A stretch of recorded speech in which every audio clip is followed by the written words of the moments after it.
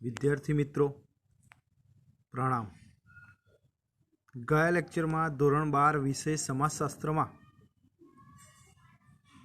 खोराक અને પોશાક વિશેની માહિતી મેળવી હતી।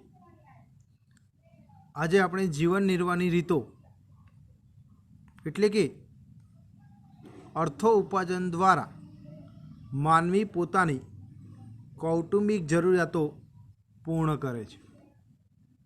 જીવન નિર્વાહની અનેક રીત વ્યક્તિ પોતાના કૌશલ્ય અનુસાર રોજીરોટી રળવા માટે પ્રયત્નશીલ હોય છે। તેને ધ્યાનમાં રાખીને વાત કરીએ તો રોજગારલક્ષી કૌશલ્યને લીધે માનવી એક સ્થળેથી બીજા સ્થળે સ્થળાંતર કરે છે। એટલે કે ટૂંકમાં રોજગારી માટે એક સ્થળેથી બીજા સ્થળે વ્યક્તિ જીવન નિર્વાહ માટે સ્થળાંતર કરે છે। આમ સ્થળાંતર પ્રત્યક્ષ કે પરોક્ષ રીતે સંસ્કૃતિને એક સ્થળેથી બીજા સ્થળે વહન કરીને સાંસ્કૃતિક વૈવિધ્યમાં વધારો કરે છે। તો સ્થળાંતરથી સાંસ્કૃતિક વૈવિધ્યમાં વધારો થાય છે, સાથે સાથે રાષ્ટ્રીય એક્યની ભાવના પણ જળવાય છે। આમ ભૌગોલિક રીતે અને સામાજિક રીતે થતું સામાજિક હસ્તાંતરણ વસ્તીને અસર કરે છે। તેનાથી વિપરીત વસ્તી વિષયક માહિતી ભૌગોલિક સામાજિક પરિસ્થિતિને ધ્યાનમાં રાખીને કરવામાં આવે છે। તો પ્રશ્ન પૂછાય છે એક માર્ક્સમાં કે વસ્તી વિષયક માહિતી શેને ધ્યાનમાં રાખીને કરવામાં આવે છે? તો ભૌગોલિક અને સામાજિક પરિસ્થિતિને ધ્યાનમાં રાખી।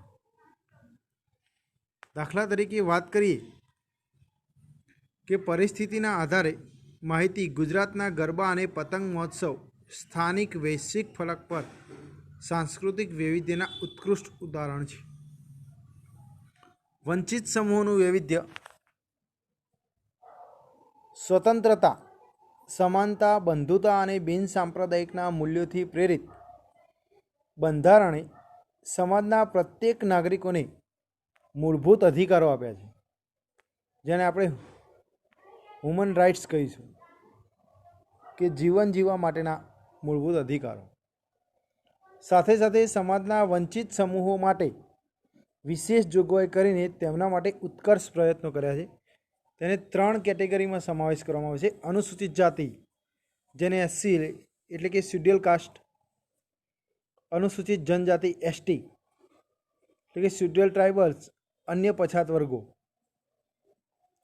ઓબીસી અધર બેકવર્ડ ક્લાસ। તો આદિવાસીઓ અનેક નામથી ઓળખવામાં આવે છે, પણ તેમનો બંધારણીય રીતે અનુસૂચિત જનજાતિ તરીકે ઉલ્લેખ કરવામાં આવે છે। તો કઈ જાતિની બંધારણીય રીતે અનુસૂચિત જનજાતિ તરીકે ઉલ્લેખ કરવામાં આવે છે? તો આદિવાસી। ભારતમાં આદિવાસી વસ્તીનું પ્રમાણ 1951થી 2001ના સમયગાળાનું કોષ્ટક દ્વારા સમજીએ આપણે તો 1951માં આદિવાસીની વસ્તી 2.26 હતી, જે હાલમાં 2011માં વધીને 8.60 થઈ ગઈ છે। એટલે જનસંખ્યામાં ઉત્તરોત્તર વધારો દર્શાવે છે। ભારતમાં રાજ્યવાર અનુસૂચિત જનજાતિની વસ્તી ભારતમાં મોટાભાગના રાજ્યો અને કેન્દ્ર શાસિત પ્રદેશોમાં ઓછા વધતા પ્રમાણમાં અનુસૂચિત જનજાતિની વસ્તી જોવા મળે છે। દરેક રાજ્યમાં અનુસૂચિત જનજાતિ વસ્તી પરિશિષ્ટ 2માં સમાવેશ કરવામાં આવી છે। તો આ પ્રશ્ન પૂછાઈ ગયેલો છે કે કયા પરિશિષ્ટમાં અનુસૂચિત જનજાતિને સમાવેશ કરવામાં આવે? તો પરિશિષ્ટ 2। ભારતમાં રાજ્યવાર અનુસૂચિત જનજાતિની વસ્તી 2001ને જોતા સૌથી વધુ અનુસૂચિત જનજાતિની વસ્તી કેન્દ્ર શાસિત પ્રદેશોમાં મિઝોરમમાં જોવા મળે છે। મિઝોરમમાં 94.97% જોઈ શકાય છે। ત્યાર પછી આપણે વાત કરીએ છીએ કે અનુસૂચિત જનજાતિમાં સૌથી ઓછી જનજાતિ વસ્તી ધરાવતું રાજ્ય ઉત્તર પ્રદેશ છે, જે 0.57% કહી શકાય। ભારતમાં આ સિવાય નાગાલેન્ડ, મિઝોરમ, અરુણાચલ પ્રદેશ, મેઘાલય, દાદરાનગર હવેલી, લક્ષદ્વીપના મોટાભાગની આદિવાસી વસ્તી વસવાટ કરે છે. પછીનો ટોપિક છે ગુજરાતમાં સૂચિત જનજાતિ વસ્તી. જે અનુસૂચિત જનજાતિને પરિશિષ્ટ 3માં સમાવેશ કરવામાં આવે છે.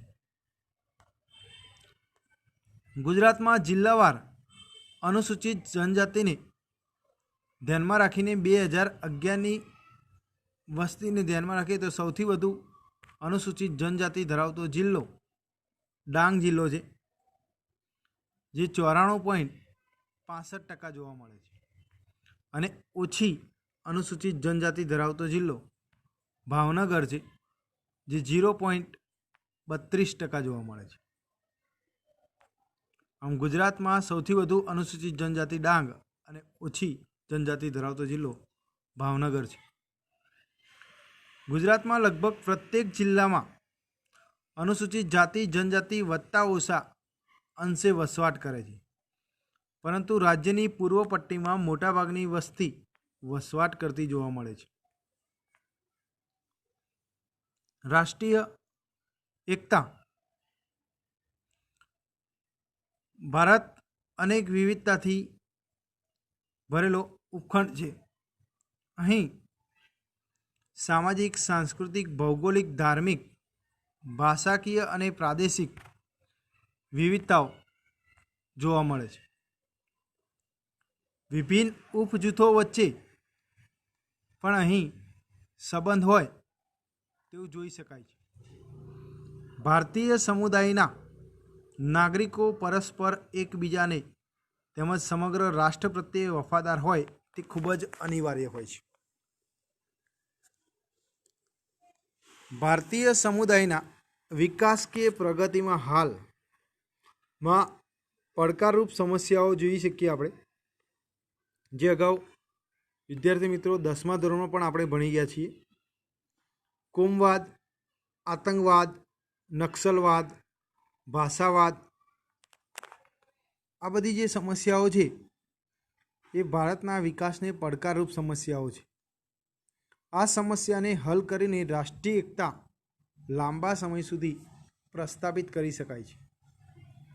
તો વિદ્યાર્થી મિત્રો, રાષ્ટ્રીય એકતાની વ્યાખ્યા ભારતના પ્રથમ પ્રધાનમંત્રી જવાહરલાલ નહેરુએ રાષ્ટ્રીય સંમેલનમાં સૌપ્રથમ રાષ્ટ્રીય એકતા શબ્દ પ્રયોજ્યો હતો. મનોવૈજ્ઞાનિક શૈક્ષણિક પ્રક્રિયા છે. તો રાષ્ટ્રીય એકતા એક એવી પ્રક્રિયા છે, મનોવૈજ્ઞાનિક શૈક્ષણિક પ્રક્રિયા, જેના દ્વારા બધા જ નાગરિકોને સમાનતા અને નાગરિકતાનો અનુભવ અને પ્રેમની ભાવના વિકસિત કરી શકાય છે. GS ધુરિયાના મતે રાષ્ટ્રીય એકતા એક મનોવૈજ્ઞાનિક શૈક્ષણિક રૂપમાં રાષ્ટ્રીય એકતા લોકોમાં એકતા, સંબંધની ભાવના અને લોકોના હૃદયમાં લાંબા સમય સુધી નાગરિકતાની ભાવના જોડે છે. ત્યાર પછી જે ત્રીજી વ્યાખ્યા આપી છે, જે ભૂદાન ચળવળના પ્રેરણાતા હતા વિનોબા ભાવે, તેમને રાષ્ટ્રીય એકતા તેમના માટે એટલે કે ભાવાત્મક એકતા, એટલે કે સમાજ, કુટુંબ કે વ્યક્તિ વચ્ચે ભાવનાત્મક એકતા, ભાઈચારોની ભાવના જે પેદા કરે છે તેને રાષ્ટ્રીય એકતા એટલે કે રાષ્ટ્ર પ્રત્યેની ભાઈચારાની ભાવના, જેને રાષ્ટ્રીય એકતા કહી શકાય. બધા નિવાસીઓ પોતાની વ્યક્તિગત, પ્રાદેશિક, ધાર્મિક અને ભાષાકીય વિભિન્નતાઓને ભૂલવામાં સહાયતા કરે છે. ત્યાર પછી છે રાષ્ટ્રીય એકતાને સહાયક પરિબળો. સવિસ્તાર પ્રશ્ન છે, જેમાં 5 સહાયક પરિબળો પરીક્ષામાં ફરજિયાત લખવાના હોય છે. પહેલું છે ભૌગોલિક પરિબળ. ભારતમાં ભૂરાજકીય એકતાનું દર્શન અને સભાનતા ભારતના ઋષિમુનિઓના સમયથી આપણે જોઈ શકીએ છીએ. અને તે સમયગાળા દરમિયાન સંસ્કૃત સાહિત્યમાં ઋગ્વેદમાં ભારતની ભૌગોલિક રાજકીય એકતાનો ઉલ્લેખ કર્યો છે. પ્રશ્ન પૂછાય, સંસ્કૃતના કયા સાહિત્યમાં ભારતની ભૌગોલિક રાજકીય એકતાનો નિર્દેશ કર્યો છે? તો ઋગ્વેદમાં. જે સૌથી પ્રાચીન વેદ પણ છે, તેમાં ભારત વર્ષ, ચક્રવર્તી, એકાધિપતિ જેવા ભૌગોલિક એકતાના નામોનું પણ પ્રદર્શન જોવા મળે છે. ત્યાર પછી વાત કરીએ કે ભારતભરમાં મંદિરો, પવિત્ર નદીઓ અને પહાડો પથરાયેલા છે. તેના દર્શનો અને સ્નાનનો મહિમા પણ અવિરતપણે જોવા મળે છે. તેથી આ બધા સ્થળોએ યાત્રાધામોનો વિકાસ થયો છે. ધર્મસ્થાનોની યાત્રાની સંસ્કૃતિ, રમણીય હવા ખાવાના સ્થળો, તે સિવાય ભારતભરના પરદેશમાં પરિભ્રમણ પર્યટનો પણ પ્રોત્સાહિત કરે છે, જે આપણા દેશની ભૌગોલિક રાજકીય એકતા દૃઢીભૂત બનાવે છે. લોકો માતૃભૂમિ પ્રત્યે દેશભક્ત અભિવ્યક્ત કરે છે. ભૌગોલિક દ્રષ્ટિએ ભારતની સીમાઓ ઉત્તરમાં કાશ્મીર હિમાલયથી શરૂ કરીને દક્ષિણમાં કન્યાકુમારી, પૂર્વમાં અસમ, મણિપુરથી લઈને પશ્ચિમમાં ગુજરાત સુધી ફેલાયેલી છે. સમગ્ર ભારતનો જે વિસ્તાર છે એ 32,87,263 ચોરસ કિમી છે. આ વિસ્તાર સિવાય ભૂમિ જે ભાગ છે તેમાં 1.21 કરોડ જેટલી વસ્તી ધરાવતો જનસમૂહ ધરાવતો એકમાત્ર દેશ છે. ત્યાર પછી વાત કરીએ મેદાની વિસ્તારો, પહાડો, નદીઓ, જંગલો પણ ભૌગોલિક વિશિષ્ટતા ધરાવે છે. ઐતિહાસિક દ્રષ્ટિએ નાના રાજ્યોમાં વહેંચાયેલો ભારત દેશ જુદી જુદી પરિસ્થિતિમાં સાનુકૂળ મૈત્રી ભાવના કારણે રાષ્ટ્રીય એકતા સ્થાપવામાં સફળ રહ્યું છે. દુષ્કાળ, અતિવૃષ્ટિ, વાવાઝોડું, ધરતીકંપ જેવી કુદરતી આફતો સમયે પણ વિવિધ પ્રદેશો, જ્ઞાતિઓ, લોકો પરસ્પર મદદ અને ફંડ આપીને વિવિધતામાં એકતાના દર્શન કરાવે છે. બીજો મુદ્દો છે ભારતનું બંધારણ, જે આપણે 9મા ધોરણમાં ભણી ગયા હતા, ચેપ્ટર નંબર 9માં અને 8માં. આટલા બધા વૈવિધ્યભર્યા દેશમાં રાષ્ટ્રીય એકતા સર્જવામાં કોઈ પાયાનું બરોબર હોય તો એ ભારતનું બંધારણ છે.